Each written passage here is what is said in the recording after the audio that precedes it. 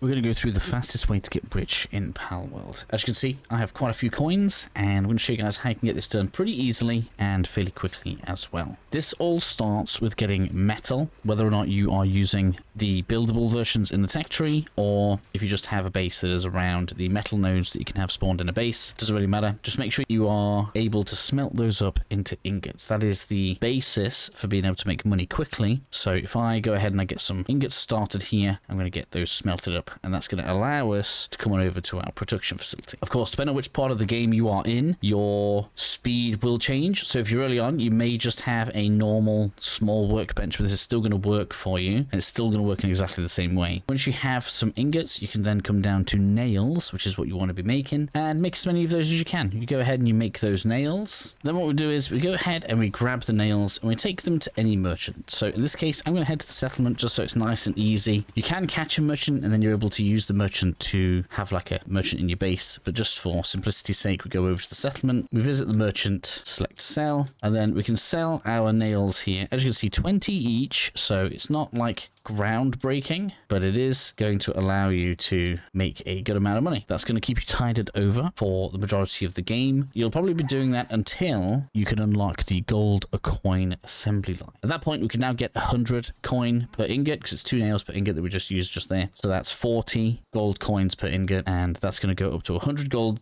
coins per ingot once we unlock the gold coin assembly. If that helps you out, please leave me the hammer emoji. We're going to go over my base and how it's laid out so you guys can get it working. So I have a literal money pit base over here, which is what we're going to look at next. This base is fairly power hungry, or can be, so make sure you got some electricity going on. But the idea here is that we have the large metal farming nodes in the base. I in fact have 6, and I have 3 dig toys for each. Of course, if you have higher level or better pals, then you should be using those. But I wanted this to be a realistic, somebody can just sling this together kind of video. Of course, we then have handy pals that transport all of the ores into the chest for us, which means that now whenever we want to make some money, we just come over to the furnace here and we max that out. Because I have the Ignis in here, we can have all 3 of those running at once, and that is just going to give us a ton of ingots. Again, all of the pals here, they're just going to transport that all around for us. Once we've got our ingots sorted, then we can go ahead and we can use the coin making machines to just go on in. As you can see, 9,999 coins. It's going to give us close to 1 million gold, and I've got this set up twice. Oh, looks like somebody set my base on fire.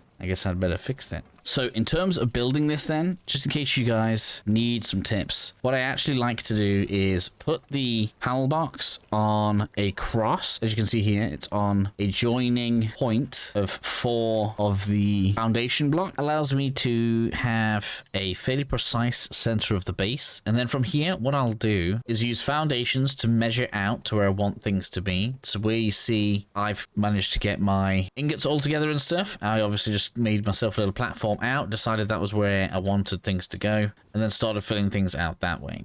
The other cool thing is this means that everything ends up being evenly spaced and just gives you greater control over where you're placing all of the facilities in your base, in this case our money pit. The way that we get a lot of this to get automated is by manipulating the settings on the chests. So for example, I'm making sure the pals can only put ingredients in here, and the same happens around all of my ore mines, where I'll have a chest close by where it can only have ore inside of it, and then the same thing at the furnaces where they can only have ingots. This is how I manage most of our bases. This makes everything go all hunky-dory.